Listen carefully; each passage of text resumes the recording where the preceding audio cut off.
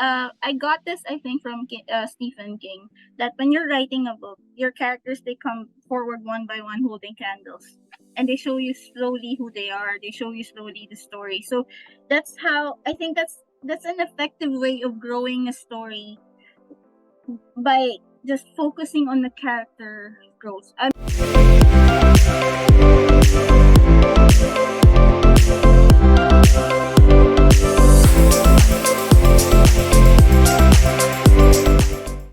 Hey peeps! Welcome to the Literary Lounge, where we have honest conversations with authors about life, literature, and the spaces in between. The guest I have with me today has captivated her audience with a heartwarming and passionate romance novel set in the publishing house. Yes, I'm talking about Mica De Leon, a Filipino writer of swoony romance comedy and SFF novels. She's won numerous awards, including the Don Carlos Palanca Awards for Literature in 2019 and 2022 for her essays on romance, feminism, history, fantasy, and the Filipino identity in the aftermath of martial law. And guess what? Mica is also a Taylor Swift fan. So I'm going to throw in a few Taylor Swift questions for you as well. First of all, thank you so much, Mica, for joining me for this discussion. It's a pleasure for me to have you here with us to talk about this amazing, heartwarming book, Love on the Second Read, which is also your debut novel. How are you doing? And most importantly, I'd love to know what you've been reading these days. Oh, but first of all, the pleasure is all mine. Thank you for this comfortable conversation. Well, I'm doing fine. Right now I'm a big fan of Brandon Sanderson. If you read the book, you know that there are a lot of references to Brandon Sanderson. So a book that I've been, when I saw it on the book in the bookstores, I just had to have it. I Because I'm a big fan of the Cosmere books. And this one's the newest one, and this one is supposed to be the wildest one that references all the books, and this is the one I'm reading right now. I'm so excited to dive into this. Well, I'm already diving into this. Awesome. So is this a romance novel as well, or is it based on a different setting? It's a sci-fi. It's a sci-fi fantasy novel. Okay. Awesome. Oh my God. So I recently read my first sci-fi novel. I'm not into sci-fi. I don't read sci-fi. But there's this one debut writer who recently wrote his first novel that was sci-fi. And it's called Acts of God by Kanan Gill. I'm not sure if you've heard of that book, but it's amazing. So I read that book and I was like, maybe I can explore this genre a little more. Yeah, Brandon Sanderson's I'm a big fan of the guy. So I would like to look into it. This sounds interesting, the book you read, sci-fi book you read. Yeah. Definitely. I mean, I'm going to share that with you. Also, we also know that you're a managing editor at a publishing firm. So, and now that you're a published author, can you tell us more about your routine? What does it look like? And have things changed ever since you became a published author? Yeah, definitely it changed a lot. So as managing editor, part of my job is really to manage everybody's schedules and get everybody to follow deadlines.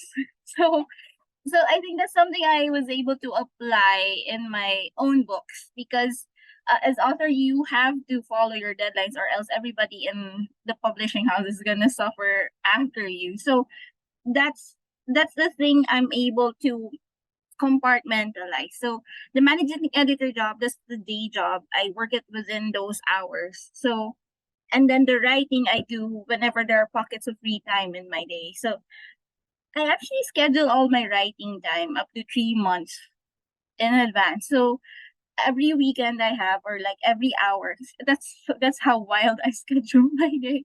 Every 3 hour I can schedule for writing. I do just that. That's how I'm able to finish books fast. I think I'm a relatively fast writer. Yeah. That sounds so cool. So you were able to write in particular hours that you set out for yourself. Yes. Yeah. That's so difficult. I mean, I used to write as well a little bit, like not, of course, a novel as such, but I used to write a little bit, a few articles here and there, mostly fiction, mostly my observations about the world. And it was always very difficult to sit at particular moments and write if I, have to pick a particular time in my calendar. How do you do that? It's difficult.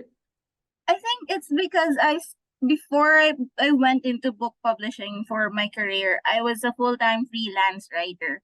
And if you're a full-time freelance writer, if you don't write, you don't get paid. And you don't get paid, you don't get anything to pay for your bills. So I think I was able to develop a strict writing routine and a strict writing routine from that.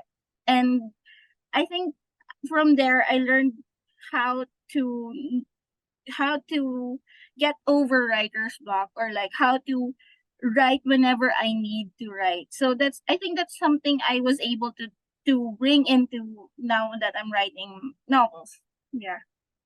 That's amazing, and I'm sure that's one thing that I mean, a lot of writers would like to imbibe, because writing a novel and then to in those specific hours, it's so how do you get into that headspace? So, for example, you're working on editing a book, and then you jump into writing the next hour. You have like an hour free, and then you jump into that book.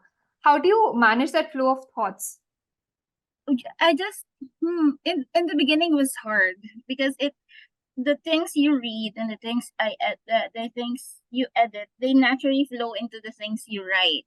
So Right. in the beginning it was hard for me to compartmentalize those two things in my life, that that it showed in my writing, whatever I write, because it whatever you read you write, it influences everything you write. So eventually I was able to find my own voice, and from there on I was it was clearer to me how which parts are like the work reading editing parts, and the parts that are my voice writing voice. So I think it came with experience.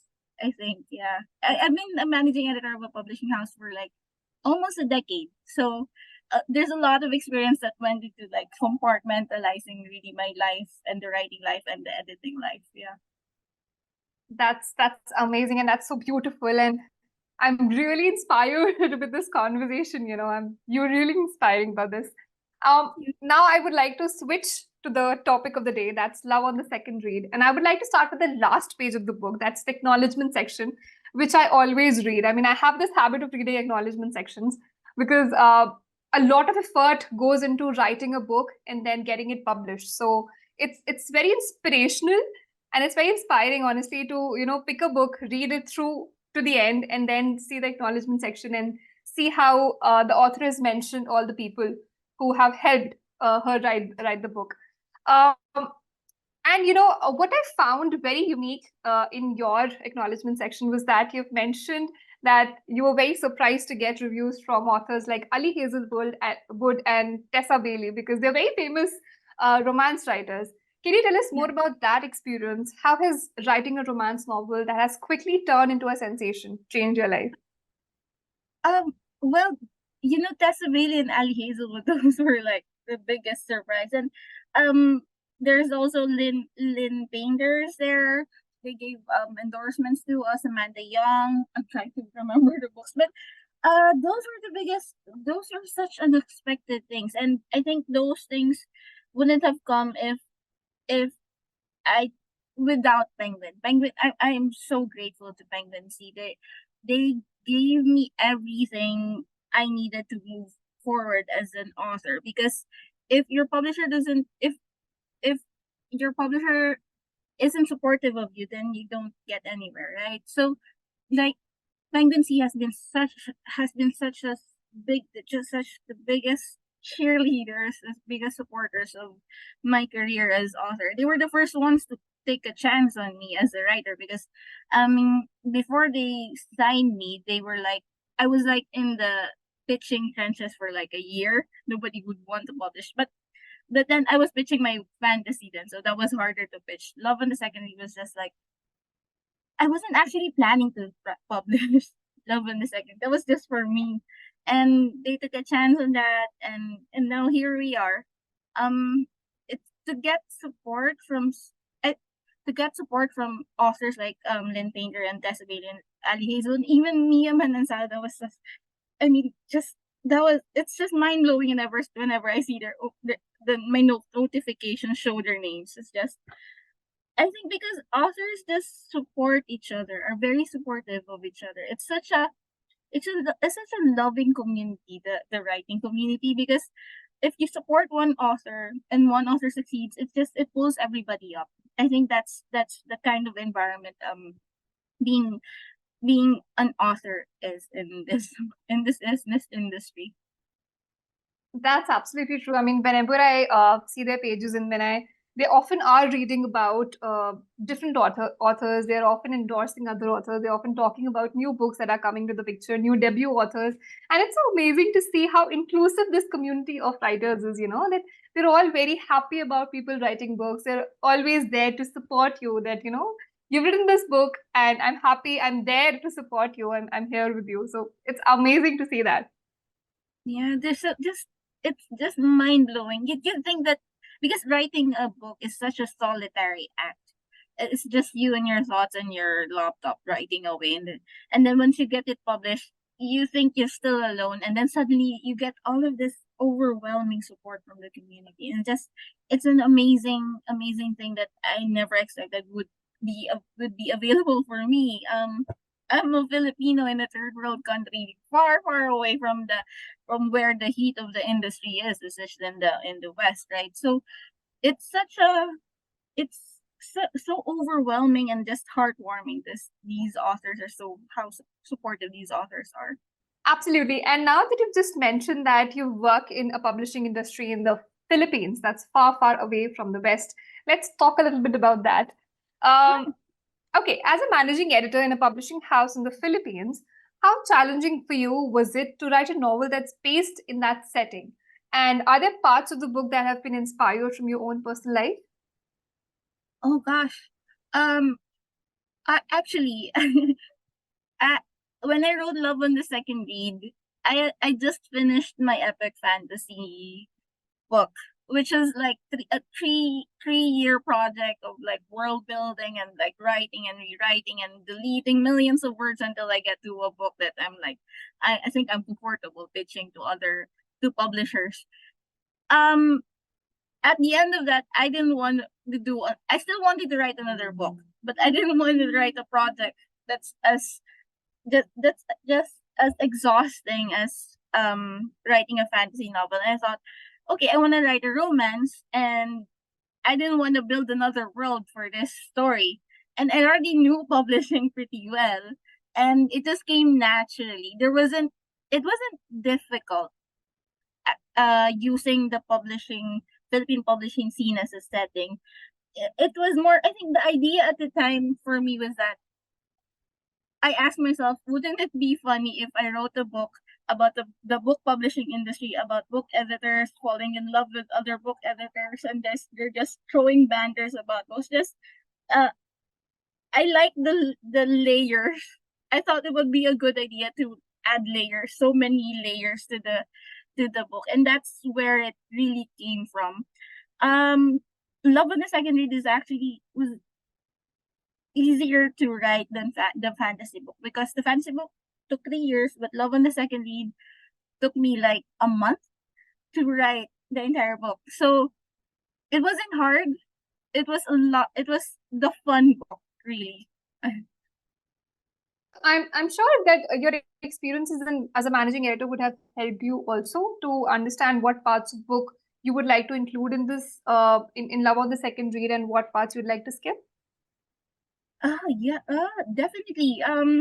As managing editor, because I plan out the entire all the project. It's my job is to plan out the projects that come out in a year. How they go to which ones go to the printer in this month, which ones should be released in this month. And my job is really to schedule everything where everything has to fall. Every part of the book production process has to fall. And I think that's the thing I brought into the book. If you notice it in the book, they're doing when they work, they're doing the step by step of how a book is produced, from acquisition to editing to layout to production to printer. So that's where I think the experience as managing editor came. That's where the experience as managing editor went into the book. And I think a secondary thing, other than the process of making the book, just using that knowledge to move the story forward. Another thing is that there's when you're managing editor of a publishing house, you're aware of the cycles that go into producing and releasing a book in the entire year. So you know which events a book has to be released, which months is a slow month, which month is a fast month, where everybody has to be tired. And that's how I really mapped out the timeline of the book. That's what I used as a timeline for the book.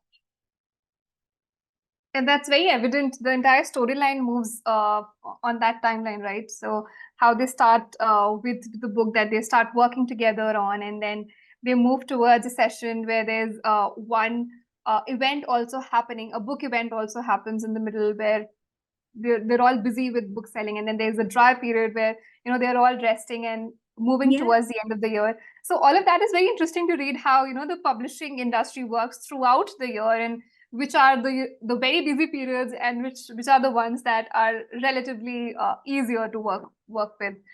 Yeah. um so okay, moving on to my next question from this. One thing that I absolutely loved about your book was these anecdotes about galaxies and star systems. And I'm sure that as a fiction writer and also a fantasy fiction writer, you must have inspired. I mean, these anecdotes would be inspired from there as well. But I'd love to know your thought process behind these, because it's beautiful to see that a universe exists. And we're talking about a universe in a book that's only about romance. Well, with my prose, with all of the romances that I've written and the fantasy, um, I pay an obscene amount of attention to the prose, to the way I write a book. And sometimes, really, the three pillars of storytelling, so that's character, the plot, and the setting. Sometimes I allow those to take a little bit of a backseat, just so I can craft the prose in a way that feels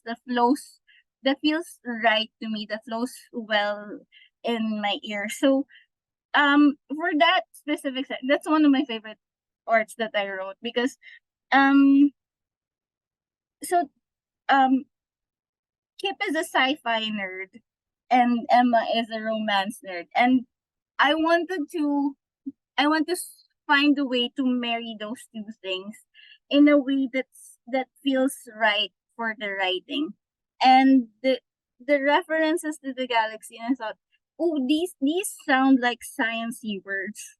How can I apply these in the narrative in a way that sounds and feels right, and that sounds also romantic and sounds also fantastical? And that's how I really crafted that specific section. I love that section. I'm so happy that you noticed that section, because I I'm a little bit of a poet. Before I started writing books, I've been writing poetry beforehand, before the books. So I think that's a skill that I brought into the novel writing.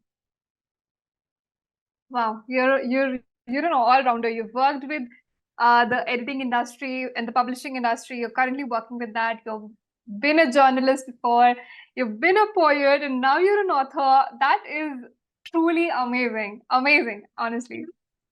It's more than a decade of my career. So I went everywhere, and really the publishing career is the one that stuck around pretty long. It's the long-term relationship of all the careers that I have. It's actually amazing, and I think it's finally coming to shape with all your books coming up. And you mentioned that you wrote a sci-fi book, and will that be releasing sometime soon? Yes, I think I'm allowed to announce it. It's an epic fantasy inspired by Philippine mythologies and Philippine historical fallacies. I think I can show it to you. This is Wow. Weapons of War. This is Oh actually the first my. book I wrote before Love on the Second. This one is the 3 year in the making book. It's part of a trilogy now, and this is the first book of the entire trilogy series for now, because there are That other is books. beautiful. Thank you so much. Yeah. So have So you written like all the three books, or are you going to write them one by one? I'm done. I finished all of it. So we're just waiting for the releases. Yeah. Because Okay, it awesome. started out this Winds of War. This is the first book I wrote before Love on the Second Read. This started out as like a big mammoth book of 180,000 words, and my publisher said that's too long for the book. So I broke it up into three books now. So this is the Okay. first one. And then the second one, I think it's coming out later this year, and then the last one, and then next year. Wow, that's amazing. I'm dying to read this one now because I absolutely loved Love on the Second Read. And you also mentioned that you try to focus a lot of your attention on writing a good prose.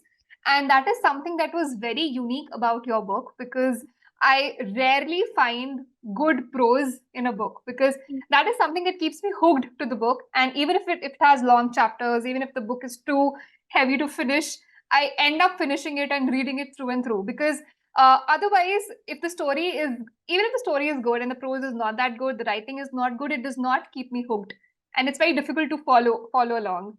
So that is one thing that I absolutely loved about Love on the Second Read. Thank you so much. You know, there's the thing.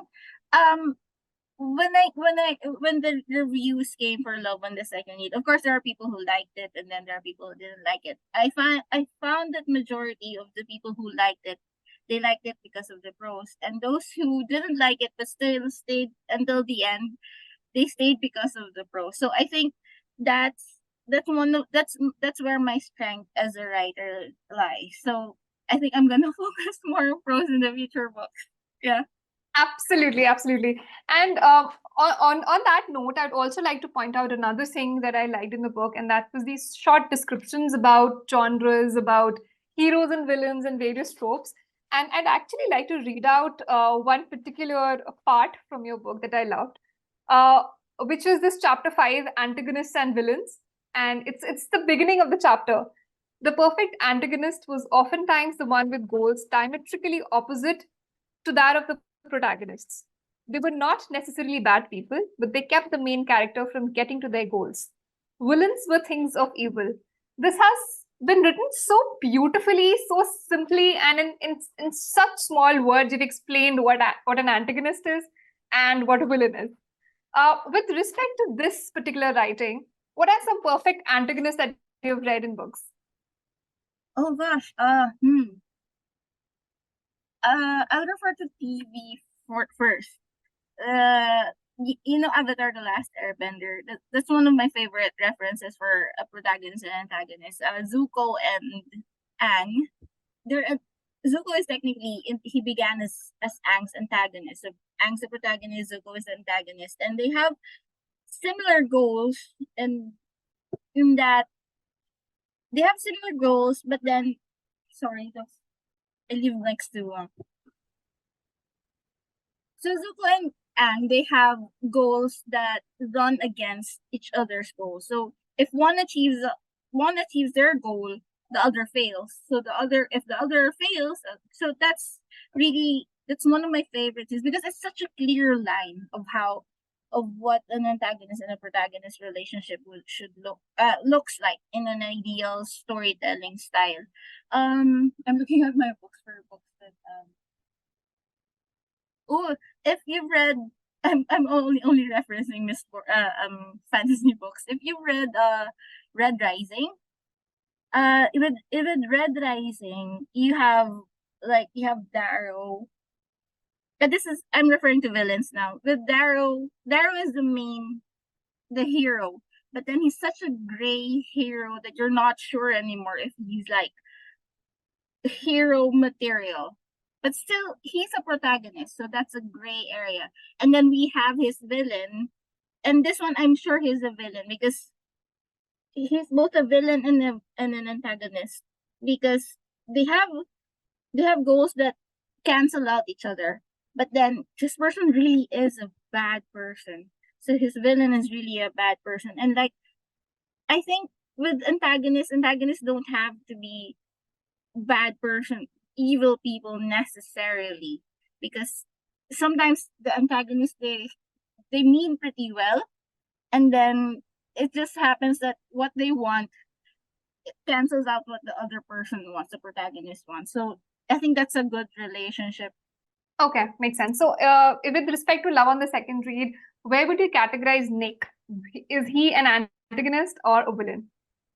Oh my gosh. Nick is that's a hard question because I'm working on I don't believe that character I don't believe in villains being truly evil things. So I guess Nick for now in this book is a villain, but he's also an antagonist because if his goal is achieved, then Kip's goal isn't achieved for himself. So um I think Nick in this book is mostly an antagonist, but he's he's unconsciously a villain. He doesn't know he's doing something really bad to the other person. He's just a guy in love, and who's still hoping to keep love. And really, someone who wants to keep love, I don't think they're necessarily bad people. They're necessarily villains. So for now, he's kind of a villain, but I don't want to keep him in that category pretty long. Yeah. Makes sense. Makes sense. And Nick is supposedly a very complex character, which goes for Emma as well, because in the very beginning, she is a little confused about whether she wants to be with Nick or whether she wants to move on. And eventually, we see that she finally decides that she does not want to be with Nick.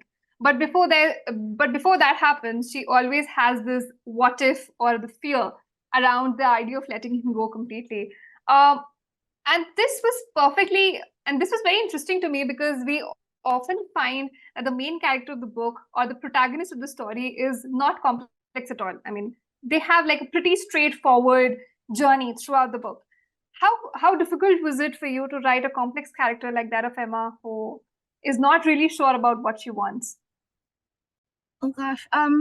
Look, there's a two part to this question. The first part is that I'm always fascinated by red flag characters, especially red flag women. So if you know Two Broke Girls, the series. So I love that show because it turns the tables on gender dynamics and that women can't be. Can I curse? I was about to curse. I was stopping myself. Women can't be. Am I allowed to curse? Can you just beep it out? Yeah, sure. I mean, go ahead. Don't worry. I like that. I like women being because it's such a great way to show that women are equal to men because men are easy to typecast as villains, but women are difficult to typecast as villains, especially if the woman looks like a normal woman and not like a temptress or seductress or like a um the maleficent character. So they're easy to typecast as protagonists, but then it's such a good way to show that women and men can be equal by showing that a woman can be can make bad decisions. And what I noticed in my books, especially in the in the romances I wrote after Love on the Second Read, is that though I begin with red flag women characters, I I think there's a hopeful thing in my writing that I want to show that you can still come back from a big mistake. You're not canceled as a human being. And that I think is important to me. And in so far in all the romances I've written, all the red flag characters are the women characters. And somehow there's this hopeful wish that they all come back from it, from the big mistakes they've done. And that's like the thematic question for it. And the other side of the coin, the the the technical writing of it is that I map out everything before I start a project. So I map out the plot, the setting. I make sure that everything's fine, and I take like I go through the outline over and over for like a few months until I'm comfortable writing it. I don't map out my characters. I always start with the caricatures of their biggest red flags. So Emma is an indecisive and cruel and kind of person who's like she knows what she wants, but she's cruel and when she's executing what she wants. And what that's how she started as a caricature. And what and because I don't plan my characters at the beginning of a story, they grow out organically. So I like developing them as I'm writing the characters. And somehow it just shows that though they're red flag characters at the beginning, it comes the green flags also come out. This is most true for Kip because I started with Kip. I started with him being this self-absorbed man who's like lives in his sci-fi world and who's um who's who's very dense. He doesn't pick up cues from people. So that's how I started with him. And then it just eventually as I was writing him, as I was developing him, the the good parts of him, of all the characters, they just came out organically. So that's the technical side of the writing of the characters for me. Yeah. That is such a beautiful process, letting the characters shape themselves over the course of writing the book. It's amazing, and sometimes it would even surprise you what these characters would actually do and end up doing, right? Yeah, exactly. There's a I got this I think from Stephen King, that when you're writing a book, your characters, they come forward one by one holding candles, and they show you slowly who they are. They show you slowly the story. So that's how I think that's an effective way of growing a story, by just focusing on the character growth. I mean, I've had I've had novel projects where I've mapped out everything, the plot, the setting, and then halfway through the character tells me that this is not where I want to go, even if I try to force them in the direction I want to go. And I've changed entire stories for a specific character because I want them to grow organically in the text. And I think I give special importance to characters because readers go to books for the characters, to relate to the characters they read. So that's how I really craft characters. That's a very beautiful process, and I'm sure that this would also be inspiring to other debut writers or even other romance writers to let the characters write for themselves, let the characters define what they want to be, and then write accordingly.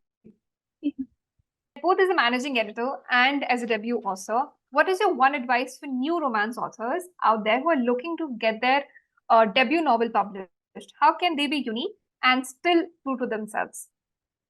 Okay, I'll separate it this because I compartmentalize my life.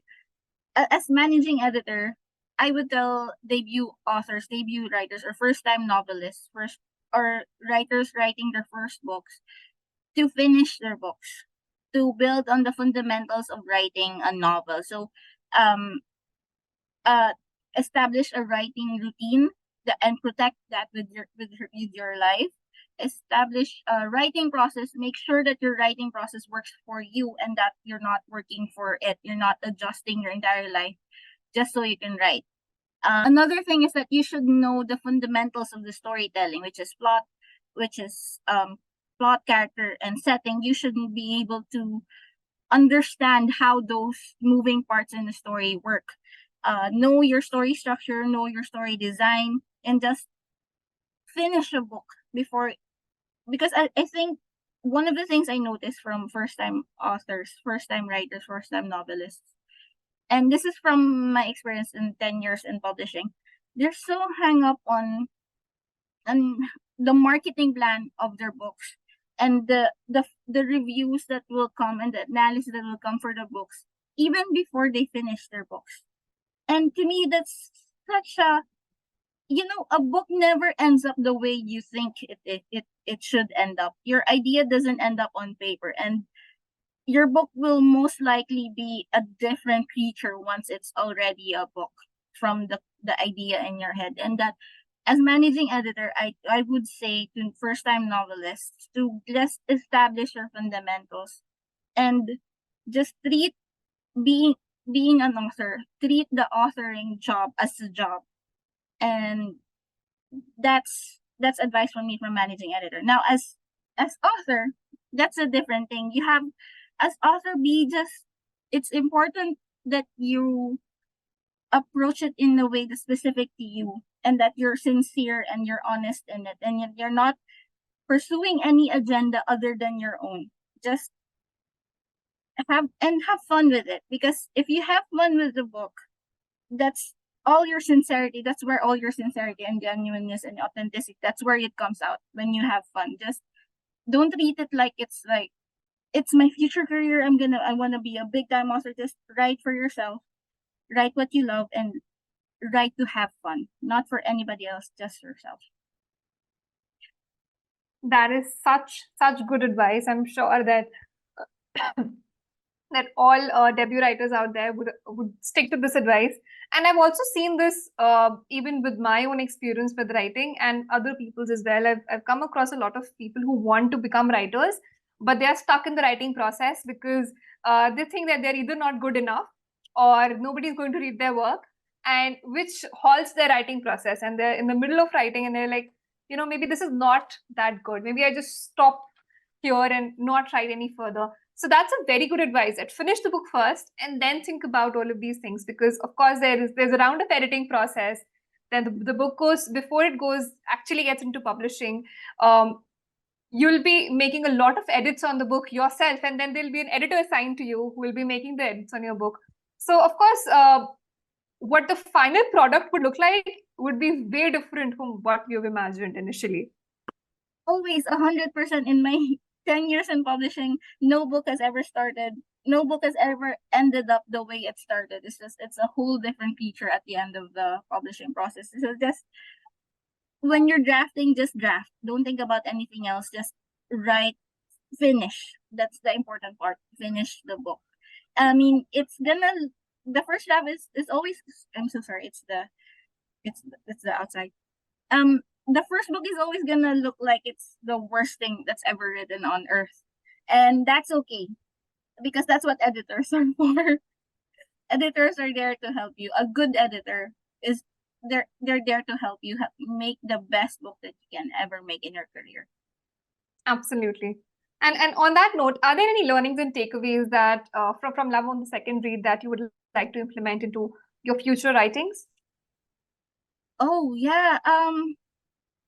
Well, I would like to, because one of the biggest comments about my writing is that it's too short. Most I reviews love say short books. I love short books. Me too.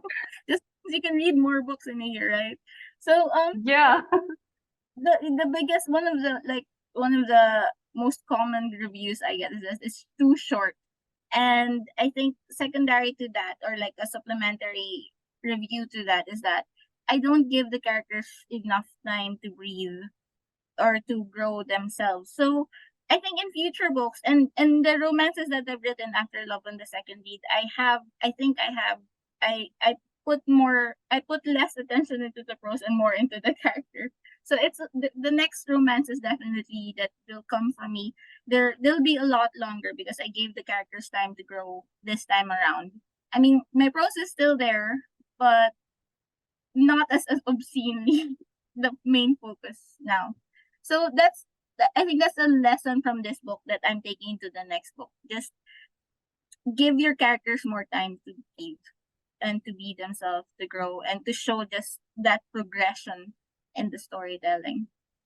Got it. I absolutely love that too about books, that how a character is in the beginning, and then there's a whole lot of development in the character itself. And then by the end of the book, the character turns into this very different individual. Maybe not in terms of characteristics, but they've achieved something. It could be Yes. anything. It could be love. It could be a career. It could be a profession. It could be anything. But the transition and the transformation of that character is very powerful. Yeah, it's why I start with. I think it's one of the reasons I start with red flag characters as well, because the progression is so easy to see.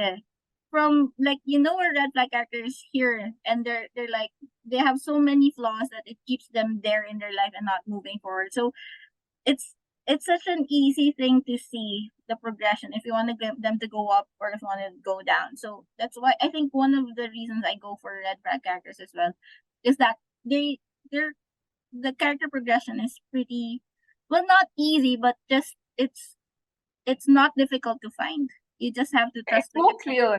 clear. Yeah. Yeah, definitely. Just at this point, you just have to trust the character, and that they know where they need to go. You just have to just put it on paper. Got it.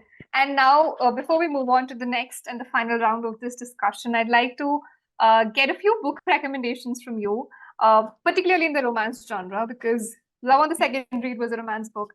So, what are your top 3 romance reads that you'd like to recommend? Oh gosh, I'm looking at my bookshelf again. It's always Emily Henry's always my favorite book. Beach read, but right now like I said earlier, I gravitate closer to Happy Place now.